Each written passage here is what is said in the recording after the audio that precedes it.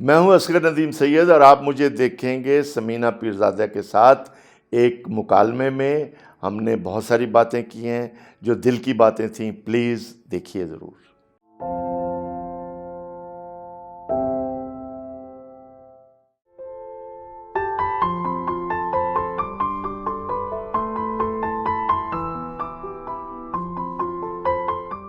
تو یہ جب آپ یہ کہانیاں جب لکھ رہے تھے آپ کو پتا تھا آپ اتنے سکسیسفل ہو جائیں گے؟ نہیں، یہ نہیں کہا جا سکتا کبھی بھی. کیا صرف اتنا ضرور ہے کہ میں چاہتا تھا کہ لوگ میری لکھی چیز کو دیکھیں. ہاں تو اخبار سے شروع کیا، کالم لکھے، اس کے بعد پھر رسالوں میں نظمیں، پھر میں پوئٹری میں آ گیا، پوئٹری لکھی.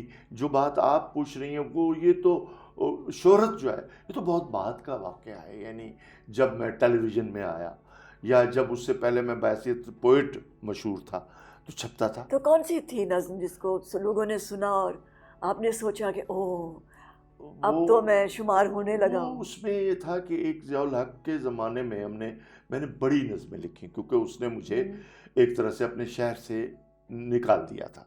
ملتان میں تھا میں، تو مجھے شکرگڑھ پھینک دیا، وہاں پڑھاتا تھا میں.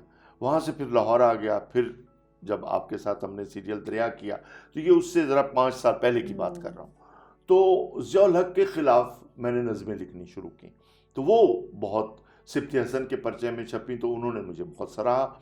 اس میں ایک نظم میں آپ کو اب بتاؤں کہ اس زمانے میں ضیاء الحق نے ایک بیان دیا کہ دیکھو ہم لوگوں کو اور آپ جیسے لوگوں کو جو پروگریسو تھے کہ ہمارے ہاتھ بہت لمبے ہیں، ہم سے ڈرو، ہم کچھ بھی کر سکتے. اس پہ میں نے نظم لکھی، تم کہتے ہو ہاتھ تمہارے لمبے ہیں، کتنے لمبے؟ کیا بارش کی دھاروں سے لمبے ہو سکتے ہیں؟ کیا معصوموں کی چیخ سے لمبے ہو سکتے ہیں؟ تو پھر میں نے اس کو جواب اپنی نظم کے ذریعے دیا. تو انہوں نے کہا اچھا تو آپ تو ادھر آئے نا، میں آپ کو وہاں بھیجتا ہوں. وہ بھیجا انہوں نے، اس سے نہیں، بڑے لوگوں نے اس میں اسٹرگل کی. اچھا وہ تب کیسا لگا تھا جب آپ کے اپنے ہی لوگ جو آپ کے ساتھ بیٹھتے تھے، جن کے ساتھ آپ بات سنتے تھے یا ان کو بہت ایڈمائر کرتے تھے، وہ ضیاء الحق کے ساتھ ہو گئے؟ ہاں بالکل ہوا. اس وقت کیا محسوس ہوا تھا آپ لوگوں کو؟ ہمیں کچھ نہیں ہوا. ہم نے کہا ٹھیک ہے، اچھی بات ہے، کچھ چہرے پہچانے گئے، بس اتنی سی بات ہے. اوکے یہ ان کا راستہ ہے، یہ ہمارا راستہ ہے.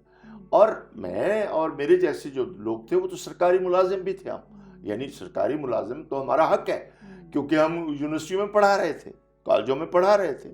تو ہمیں جو سزا دے سکتے تھے وہ یہی تھی کہ ہمیں تبدیل کر دیں، ٹھیک ہے، یا نکال دیں.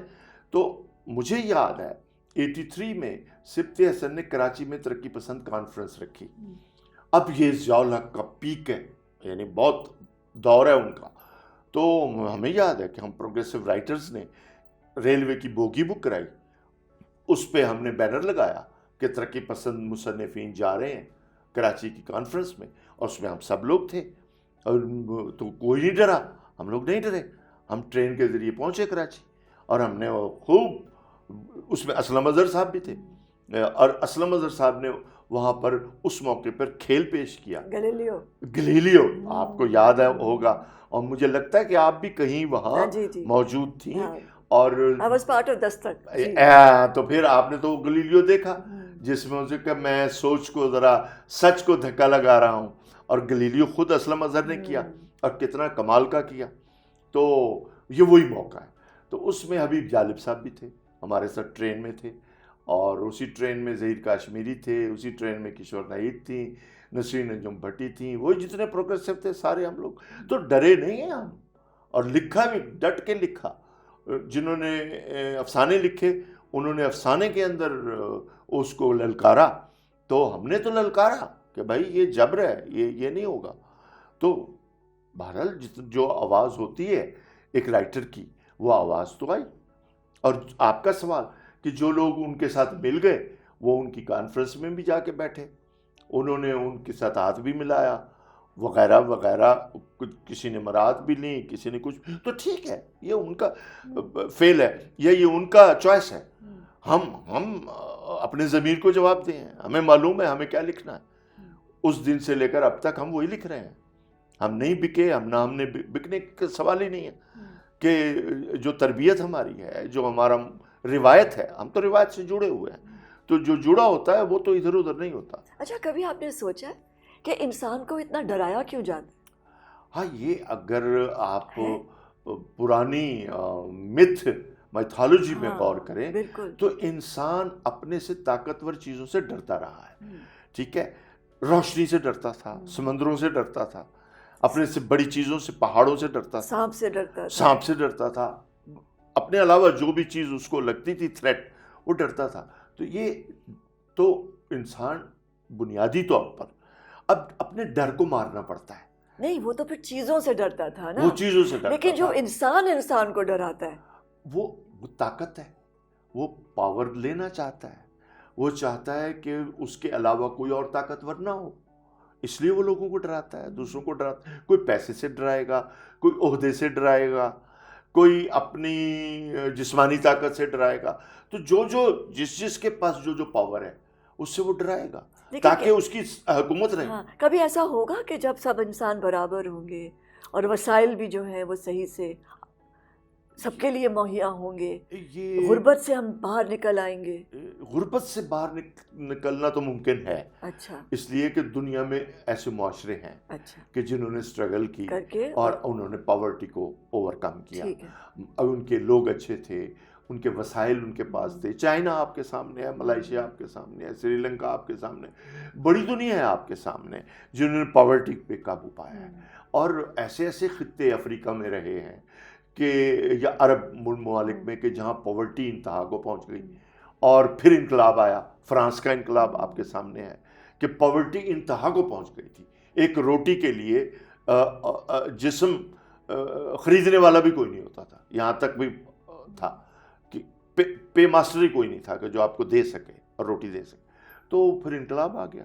پھر ظاہر ہے کہ شعور سوسائٹی کو ملتا ہے تو سوسائٹی کھڑی ہو جاتی ہے. پھر وہ تو ہے طریقہ. لیکن آپ والی بات یہ کہ ایکول ہونا یا برابری, یہ مجھے مشکل لگتا ہے. اس لیے کہ یہ جنگ رہے گی وسائل کی اور محروم کی اور وسائل کی, یہ جنگ رہے گی ہیو ناٹس کی, اور وہ آپ کو پتہ ہی ہے. تو وہ رہے گی. ہاں, کم ہو سکتی ہے شعور کی وجہ سے. ہیو ناٹس اپنا رائٹ کچھ لے لیتے ہیں اور اپنے رائٹ آف ووٹ جیسا ہے وہ لے لیا. تو رائٹ آف ووٹ کے ساتھ ساتھ اگر شعور آئے تو وہ اپنی مرضی کا لیڈر بھی لے سکتے ہیں. تو یہ ہے بعض ملکوں میں, اور اپنے ووٹ کے ذریعے سے وہ لیڈر کو ہٹا بھی سکتے ہیں. تو یہ شعور اور ڈیموکریسی جو اگر صحیح ہو تو پھر تو ہم ایکول اس کے اندر آ جاتے ہیں. اور پاورٹی کو تو ان اینی کیس جو ویلفیئر اسٹیٹس ہیں وہ ان کے فارمولے ہیں کہ ہاؤ ٹو کنٹرول پاورٹی. تو وہ ممکن ہے, وہ ہو سکتا ہے. آپ مطمئن ہیں؟ آپ سمجھتے ہیں کہ جو سفر آپ نے شروع کیا تھا اس کی منزل آ گئی ہے یا آنے والی ہے یا ابھی بہت دور ہے؟ نہیں, سب کچھ اچیو نہیں کیا جا سکتا. مثلا میں جو تجربے کرنا چاہتا تھا اب پتہ چلا ہے کہ یار یہ مجھے کرنے چاہیے تھے. سفر گزرتا پتہ نہیں چلتا نا, آپ کرتے جاتے ہو پتہ چلتا نہیں بہت کچھ رہ گیا ہے, بہت کچھ سیکھنا چاہیے تھا, بہت کچھ ایکسپوجر اور چاہیے تھا. تو نہیں ہوتا. ضروری نہیں ہے کہ آپ کو ہر شے مل جائے. یہ ضرور ہے کہ آپ کو جو ملا ہے اس کو کنسالیڈیٹ کر سکیں, اس کو تو انجوائے کر سکیں نا. اور جو کچھ آپ کے پاس ہے کم از کم اس کی کریٹیوٹی میں تھوڑا اضافہ تو کر سکتے ہیں نا. آپ کوئی اچھا ناول لکھ سکتے ہیں, آپ کوئی اچھی پوئم لکھ سکتے ہیں, آپ کوئی اچھا گفتگو کر سکتے ہیں. تو اگر یہ مل جائے تو پھر ایک سیٹسفیکشن مل جاتی ہے. محبت کتنی ضروری ہے؟ محبت تو ہر چیز میں ہونی چاہیے نا. دیکھیں آپ کے ماحول میں محبت کے بغیر ماحول نہیں بنتا. تو محبت تو کسی بھی معاشرے کی یا گھر کی یا فرد کی بنیادی ضرورت ہے یا بنیادی ویلیو ہے. یعنی یہ قدر یا ویلیو اگر نہیں ہے تو نفرت کی سوسائٹی تو پھر سوسائٹی نہیں ہے, وہ وحشت ہوگی وہاں. تو محبت ہی واحد ایک سینٹیمنٹ ہے, جذبہ ہے جو جوڑتا ہے انسانوں کو یا ہارمنی پیدا کرتا ہے. اسی لیے تو آپ کے سامنے ہے کہ جو پوئٹری دنیا میں ہوئی ہے ساری محبت کے پرچار کی پوئٹری ہے. وہ چاہے دنیا کے کسی خطے میں لکھی گئی ہو یا کسی زمانے میں یا لکھی مولانا روم نے لکھی, یا مولانا یا بڑے بڑے صوفیاء نے لکھی ہو، صوفیاء، تو بالکل۔ ہے تو محبت ہی نا. تو محبت کے بغیر تو کائنات کا جو نظام ہے وہی نہیں مکمل ہوتا چلتا. تو وہ تو ایک بڑی بنیادی چیز ہے، مگر اس کو سمجھنا اتنا آسان نہیں ہے کہ اس کے لیے آپ کو سیکریفائس بھی کرنی پڑتی ہے، آپ کو اس کے لیے سپیس بھی دینی پڑتی ہے. تو محبت کہہ دینا کافی نہیں ہے. جو کہتے ہیں نا کہ ہمیں بڑی محبتیں ہیں، بڑی چیزیں، وہ دکھاوا بھی ہوتا ہے. تو محبت میں آپ کو بہت کچھ اور دینا پڑتا ہے، کرنا پڑتا ہے، اسٹرگل کرنی پڑتی ہے، تب جا کے وہ ماحول پیدا ہوتا ہے. اور نفرت، نفرت سے تو معاشرے تباہ ہو جاتے ہیں. وہ تو پھر نفرت جو ہے وہ تو آپ کو پتہ ہے کہ انسان کو انسان سے دور کر دیتی ہے، انسان کو انسان، وہ تو پھر وحشت ہے، وہ تو وحشی پن ہے. اور وحشی پن والا معاشرہ تو کبھی بھی زندہ نہیں رہتا. ایک وقت آتا ہے اس کو ختم ہونا ہوتا ہے. آپ معاف کر دیتے ہیں لوگوں کو؟ بے شک، بے شک کرنا چاہیے، بالکل کرنا چاہیے. آسان ہے آپ کے ہاں، لیے؟ آسان نہ بھی ہو تو آپ کی یہی تو بنیادی وہ اسٹرگل ہے کہ آپ اس پہ قابو پائیں. آپ کو کسی نے کبھی بہت ہرٹ کیا زندگی میں؟ لوگوں نے کیا ہے، لوگوں نے کیا ہے. ڈس اپوائنٹ کیا؟ ہاں، وہ بھی ہے، وہ بھی ہے. انسانی تو معاشرہ پھر ہے. جب یہ ہوتی ہے ٹوٹ پھوٹ، ہاں، تو اس کو کس طرح ہینڈل کرتے ہیں؟ اس میں وہی بات ہے کہ اللہ ہی کوئی صبر دیتا ہے یا کوئی ایسی طاقت دیتا ہے کہ جب آپ کچھ اپنے اندر جذب کر لیتے ہیں. کچھ انسان کے اندر طاقت ہے کہ انسان کو شاکس لگتے ہیں تو اندر کچھ شاکس آبزرور ہیں جو اس کو اندر سے پکڑ لیتے ہیں. تو یہ سب کے ساتھ ہوتا ہے، صرف میرے ساتھ نہیں. تو دنیا میں کوئی چیز مکمل نہیں ہے، کوئی چیز آپ اس کے حقدار نہیں ہیں. بہت ساری چیزوں کے آپ کہیں گے میں حقدار ہوں، لیکن نہیں ملیں گی آپ کو. تو مکمل انسان نہیں ہوتا یا مکمل دنیا نہیں ہوتی، وہ ادھوری رہتی ہے. تو اسی کے ساتھ گزارا کرنا پڑتا ہے. تو ادھوری دنیا کے ساتھ، ادھورے رشتوں کے ساتھ گزارا کرنا پڑتا ہے. تو وہ کرتے ہیں. ہم بھی انسان ہیں، اسی میں کبھی رہتے روئے ہیں. آپ؟ رونا بھی تو زندگی کی ایک حقیقت ہے. اور رونے کے تو خیر فلسفے ہیں کہ آپ رو لیں گے تو کیتھارسس ہو جائے گا. آپ کو کب روئے تھے بہت زیادہ؟ بہت بہت جگہیں آتی ہیں، بہت جگہیں. میری بیوی فوت ہو گئی تھی تو بہت اچانک ایک ایسا شوق لگا تھا کہ چھوٹے بچے تھے تو نہیں ضبط ہوتا نا. تو وہ بھی انسانی ایک ہے نا کہ اچانک آپ کو لگے کہ آپ کی زندگی ایک دوسرے دھارے پہ چلی گئی ہے. تو اس وقت آپ نے کیا محسوس کیا؟ آپ کو کوئی سمجھ آئی تھی کہ نہیں، موت کیا ہے؟ کچھ نہیں سمجھ آیا. بس یہ لگا کہ کچھ سمجھ میں نہیں آ رہی بات، حقیقت کیا ہو گئی ہے. اور میں لندن میں تھا تو یہ پیچھے واقع ہوا. تو پھر وہاں سے 2 دن میں واپس آیا تو وہ تو بہت شیٹرڈ ہے. لیکن ٹھیک ہے، اللہ تعالیٰ نے چیزیں رکھی ہیں. سوچتے ہیں کہ یہ موت کیا چیز ہے کہ اتنا بڑا دماغ، اتنا ذہین آدمی یا ساتھی آپ کا، اور اچانک آنن فانن وہ چلا گیا. ایسے ہی ہوتا ہے، اوجھل ہو جاتی ہیں چیزیں. ہے نا؟ اور جب ہمارے ساتھی ہمارے سے بچھڑتے ہیں. آپ نے کچھ لکھا تھا؟ لکھا تھا، لیکن بہت ساری چیزیں ایسی ہوتی ہیں جو آپ کو جو ہے وہ ہمت نہیں ہونے دیتی کہ آپ لکھیں. یا ہو سکتا ہے کہ میرا ایک نظریہ کہ میں لکھنا ہی نہیں چاہتا، میں اپنے اندر رکھنا چاہتا ہوں کہ وہ میں لکھ کے شاید میں کو بہتر نہ لکھ سکوں، کہ جو میں فیل کر رہا ہوں شاید وہ میں اسی کے اندر ہی رہوں، تو وہ زیادہ مجھے اچھا لگتا ہے. تو اس لیے کوئی ضروری نہیں ہوتا، بہت پرسنل پرائیویٹ ہو جاتا ہے وہ پین جو ہے. تو کوئی ضروری نہیں ہے کہ آپ پرفیکشن میں اس کو لکھ سکیں. تو وہ ٹھیک ہے، وہ اپنی جگہ ایک واقعہ ہے. پھر اللہ نے اور زندگی رکھی ہے، اور چیزیں مینیج ہو گئیں، اور چیزوں کو اس نے طاقت دے دی، تو وہ بھی ایک بلیسنگ.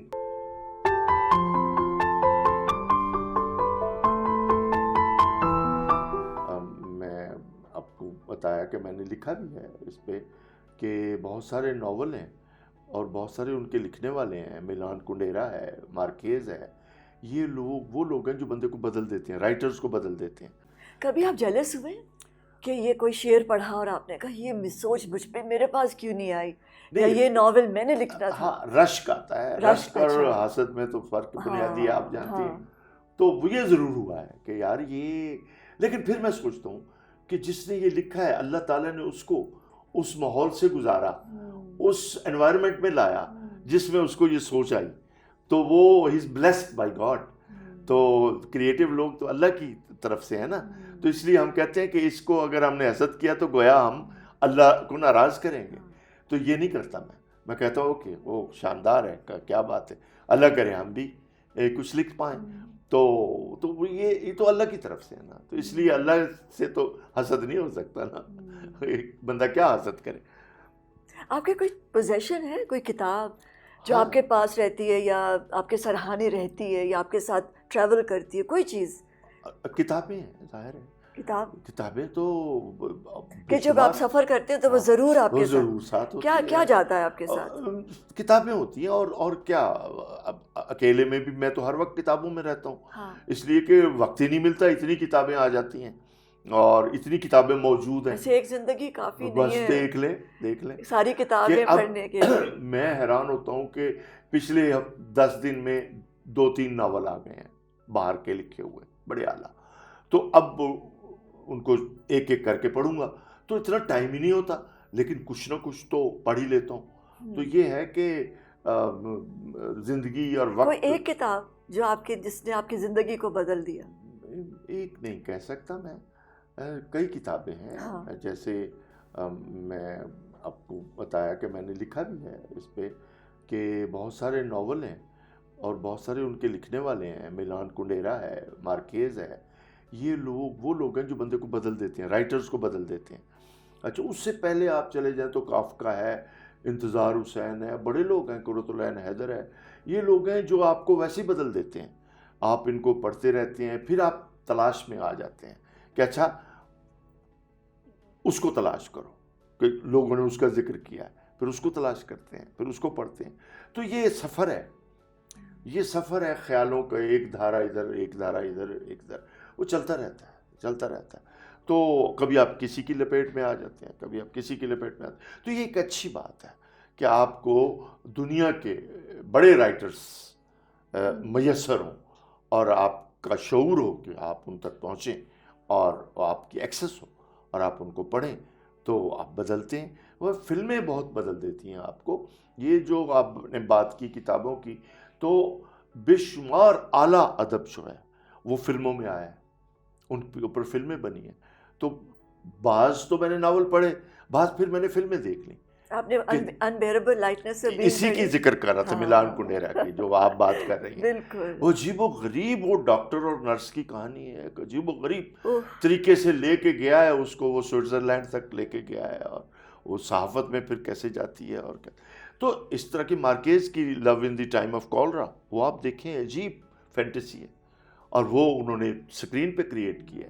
تو یہ تو بہت سارے ماسٹرز ہیں. ابھی پچھلے سال جس کو وہ ملا تھا نوبل, کازو ایشیگورو, اس کے 2 ناولوں پہ ہیں, وہ دیکھنے والی فلم ہے. آپ نے شاید دیکھی ہو, ریمینز آف دا ڈے, ایک فلم ہے, اینتھنی ہاپکنس, بہت اعلیٰ. پھر ہے نیور لیٹ می گو, یہ کمال کی فلم ہے, اور ناول بھی اس کا کمال کا ہے. اس کا اپنا ذاتی تجربہ ہے ماں کا, جب وہ اولڈ ہوم میں ہوتی ہے تو اس نے وہ سارے تجربے کیے. تو بہرحال دنیا نالجیبل ہے, بہت کچھ ہے, تو اتنا نہیں ہے کہ ہم اٹھا سکیں. اچھا پھر ایک سوال مجھے اور, پھر جب اتنا نالج ہے, جب اتنا کچھ ہے سیلیبریٹ کرنے کے لیے, اتنی آرٹ, اتنا میوزک, اتنی لٹریچر اور خوبصورتی, اور ایسا کہ آپ کو مطلب پیار آ جائے, خالق کے اوپر پیار آ جائے کہ کیا ذہن دیے اور کیا خوبصورت, پھر آپ میڈیوکریٹی سے باہر نکلتے کیوں نہیں ہیں؟ بس یہ آپ نے بڑی اچھی بات کی. اب یہ میوزک کی دنیا جو ہے نا, جرمنز کا اپنا میوزک دیکھ لو, افریقیوں کا اپنا میوزک دیکھ لو, برطانیہ کا, یہ ایشیا کا میوزک دیکھ لو, تو میوزک کی کائنات اتنی بڑی ہے. اور آپ والی بات کہ جب ہم دیکھتے ہیں کوئی اتنی بڑی پوئٹری, کوئی اتنا بڑا فکشن, کوئی اتنا بڑا پینٹر دنیا میں پیدا ہو گیا, اسکلپٹر کتنے بڑے بڑے پیدا ہو, تو ہم تو رک جاتے ہیں. وہی بات ہے کہ انبیریبل لائٹنس پھر ہم پہ آتی ہے کہ بھائی اتنی دنیا رچ ہے تو ہم کیا ہے، ہم اپنے آپ کو پھر چھوٹا محسوس کرتے ہیں، لیکن پھر سوچتے ہیں کوئی بات نہیں، کوئی بات نہیں، جتنی ہمیں ملی تھی وسعت، جتنا ہمیں ٹائم ملا، جتنی ہمیں زندگی ملی، ہم نے اس کو جسٹیفائی کیا یا نہیں کیا۔ ابھی ایک بندہ ہیمنگ وے ہے، وہ پتہ نہیں کئی کانٹیننٹس گھوم جاتا ہے اور پتہ نہیں کہاں کہاں رہتا ہے اور کیا کرتا ہے، تو وہ تو بڑا ادب لکھے گا ہی۔ تو یہ بھی تو ایک ہے نا کہ آپ کے ساتھ ایونچویلٹیز کیا ہوتی ہیں، سرکمسٹینسز آپ کے کیا ہیں، تو تب مطمئن ہو جاتا ہوں کہ جتنے میرے سرکمسٹینسز تھے اس میں جو کچھ میں نے دیکھا، جو کچھ تجربہ کیا، میں اس کو لے آیا، میں نے کوئی اپنا فٹ پرنٹ چھوڑا ہے۔ تو آپ پھر اپنے اسٹوڈنٹس کو کیا سمجھاتے ہیں؟ میں جو اتنا خزانہ ہے لٹریچر کا ہمارے پاس، آرٹ کا، ہمارے بالکل جو بتاتا رائٹرز ہوں، ہیں، پوئٹس ہیں، اتنا ہے پاکستان، بہت زرخیز زمین ہے بہت بہت اور بہت۔ بڑے بڑے دماغ ہیں یہاں پر، اور پھر آپ چھوٹی بات اور سطحی بات کریں تو آپ کیسے ان کو کہتے ہیں کہ اٹھو، کہتا سطحی ہوں بالکل، پن سے اٹھو؟ اور میں اسی لیے تو ابھی تک پڑھانے کو کنٹینیو کیا ہوا ہے کہ میں ایک دن بھی نہیں چاہتا کہ میں پڑھانے سے ہٹ جاؤں، اس لیے کہ بہت کچھ بتانا باقی ہے، بہت کچھ بتانا باقی ہے۔ میں نے ایک مضمون لکھا تھا میں جو پڑھا نہیں سکا، کہ جو کچھ مجھے پڑھانا چاہیے تھا میں وہ نہیں پڑھا سکا، جو آپ والی بات کہ اتنا کچھ ہے۔ تو پھر یہی ہوتا ہے کہ چوگا، بچے کو چوگا دینا پڑتا ہے کہ کتنی چوگ لے لے۔ اگر سارا نالج اس پہ ہم نے ڈالا تو وہ تو کنفیوز ہو جائے گا، تو اس کو ایک ایک کر کے بچے کو دکھانا پڑتا ہے کہ دیکھو تھوڑا سا دیکھو، یہ بھی knowledge اچھا، ہے۔ ہماری کیا ذمہ داری ہے شہریوں کی، اور گورنمنٹ کی کیا ذمہ داری ہے کہ ہماری جو قوم ہے وہ دماغی طور پر بہت ہی ڈیولپڈ ہو، بیکاز اتنا کچھ ہے یہاں، یہ ہماری تاریخ کوئی معمولی تاریخ نہیں ہے، صحیح۔ ہاں 7,000 سال پرانی جی ہاں، تاریخ ہے۔ جی ہاں، یہ کہاں سے چلی آ رہی ہے سوچ؟ پہلی ٹیکسلا کی یونیورسٹی ہمارے پاس ہے، سب سے پرانی تہذیب ہمارے پاس ہے، سب سے پرانے آرٹسٹ ہمارے پاس ہیں جنہوں نے یہ سوچا، یا میوزک کی جو ہمیں آئی، سوچ آئی، فہم آئی، تو ہم کس طرح سمینا اس کی تو اویئرنیس ہی نہیں ہے، جو بات آپ کر رہی ہیں۔ کاش اس کی اویئرنیس ہوتی تو پھر وہ اپنی جڑوں کی طرف لوٹتے، کہ کٹاس بھی یونیورسٹی تھی، پہلی یونیورسٹی جین یونیورسٹی تھی۔ بالکل اچھا، ٹیکسا ہڑپا قدیم ترین زراعت کا جو خطہ دریافت ہوا وہ یہ تھا، اور ڈیولپڈ سوسائٹی موہنجو داڑو میں دریافت ہوئی۔ تو مہر گڑھ قدیم ترین سوسائٹی ہے جس نے برتن بنائے۔ تو یہ ساری چیزیں تو آپ کو پتہ ہے، مجھے یا کس اور لوگوں کو بھی پتہ ہوں گی، لیکن سوال یہ ہے کہ آپ کا تعلیمی نظام، آپ کا تربیت کا نظام، اس میں ان ورثے کی یا اس نالج کی کتنی اہمیت ہے، تاریخ کے علم کی، جغرافیے کے علم کی، قرآنی علوم کی کتنی اہمیت ہے؟ نہیں ہے، جس کی وجہ سے سب اگنورنس چلی آ رہی ہے۔ کوئی تھوڑا سا دیکھ لیتا ہے، کسی کو ہم بتا دیتے ہیں، کسی کو کوئی، تو وہ ایک کنٹینیوٹی میں، ایک پورے تسلسل میں چیزیں نہیں ہیں، جس کی وجہ سے لوگ میوزیم تک نہیں جاتے۔ میوزیم جاتے ہیں، کہتے ہیں یہ بت ہیں، یہ نہیں دیکھتے کہ یہ بت نہیں ہے، یہ ماضی ہے ہمارا۔ یہ ٹریس کریں اگر تو گندھارا کی پوری سویلائزیشن ہے، اور اس سویلائزیشن کو ہم اون کرتے ہیں، انڈس ویلی کو ہم اون کرتے کیونکہ ہیں۔ ہمارے بزرگوں نے جب یہ خطہ چنا تھا، اس کے پیچھے ایک تھا، ایک ریزن تھا، ایک کمال ریزن تھا، ہے نا، بالکل تھا۔ کیونکہ آپ وہ آئے تھے جب مختلف جگہوں سے، سینٹرل ایشیا سے آئے ہوں، یا عرب سے آئے ہوں، یا ایران سے آئے ہوں، یا دنیا کے جس بھی علاقوں سے یہ انڈس ویلی آباد، سویلائزیشن کے ہم امین ہیں، اور ہم اس کو اون کرتے ہیں، اور اس نے کیا کو کچھ نہیں دیا۔ آپ اور چھوڑ دیں تو کتنے بڑے صوفی شاعر اسی زمین پہ بیٹھ کے اتنی بڑی دانش انہوں نے تشکیل دی۔ شاہ حسین، بلے شاہ، میاں یہ محمد، ہمارے فلاسفرز تھے، پورے فلاسفرز تھے، 100% بہت بڑے فلاسفر تھے۔ اب ان کے کلام کو اگر آپ ڈی کوڈ کریں، یا ان کے کلام میں سے آپ یہ ساری چیزیں نکالیں، تو اس کے لیے بھی عقل چاہیے، کہ آپ بابا فرید کو نہیں پڑھ سکتے، سمجھ سکتے، کیونکہ وہ اتنی بڑی دانش ہے کہ جس سے ایک ریلیجن پیدا ہو گیا، سکھزم، بالکل بابا گرو نانک ان کا شاگرد بابا فرید کا، اور وہیں بیٹھ کے انہوں نے چلا کاٹا، وہیں سے ان کو شعور ملا اور انہوں نے کہا کہ جی بابا بابا بابا، تو وہیں سے وہ بابا گرو نانک بنے۔ تو بہرحال آپ دیکھیں ہمارے سارے اپنے، تو یہ دیکھنا پڑتا ہے کہ ہمارا تعلیمی نظام، ہمارا معاشرتی نظام میں خرابی کیا ہے کہ وہ ہم محروم رہ رہے ہیں ان ساری چیزوں سے۔ اچھا، اس سارے کو سمیٹ کے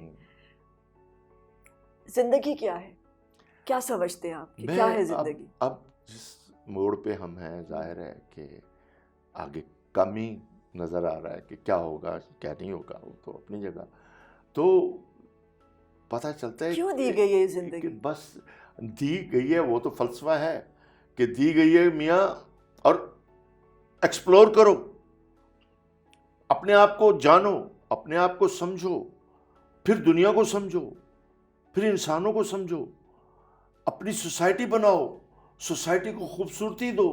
یہ تو کلیئر ہے، اللہ نے ایسے تو نہیں بے طریقے سے بے مقصد بھیج دیا، نہیں، بالکل کچھ کہہ کے بھی بھیجا ہے کہ آنکھیں کھولو، دماغ کھولو، غور و فکر کرو، غور و فکر کرو، اور میں نے تمہارے لیے اتنا کچھ رکھ دیا ہے، ایکسپلور کرو نا۔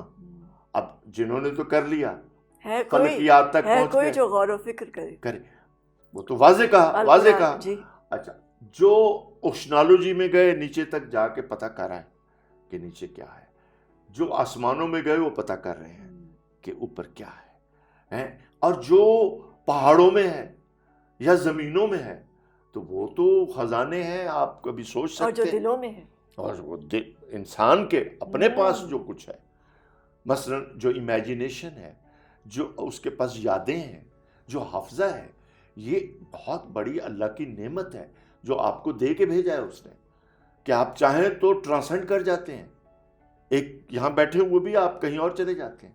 اتنی بڑی طاقت ہے، اتنی بڑی طاقت ہے انسان کو دے دی، تو وہ تو چھوڑ دیں کہ اس نے کیا کیا دیا ہے، لیکن ہم ہی نہ شکرے ہیں، ہم ہی نہیں اس سے کام لے رہے ہیں۔ یہی تو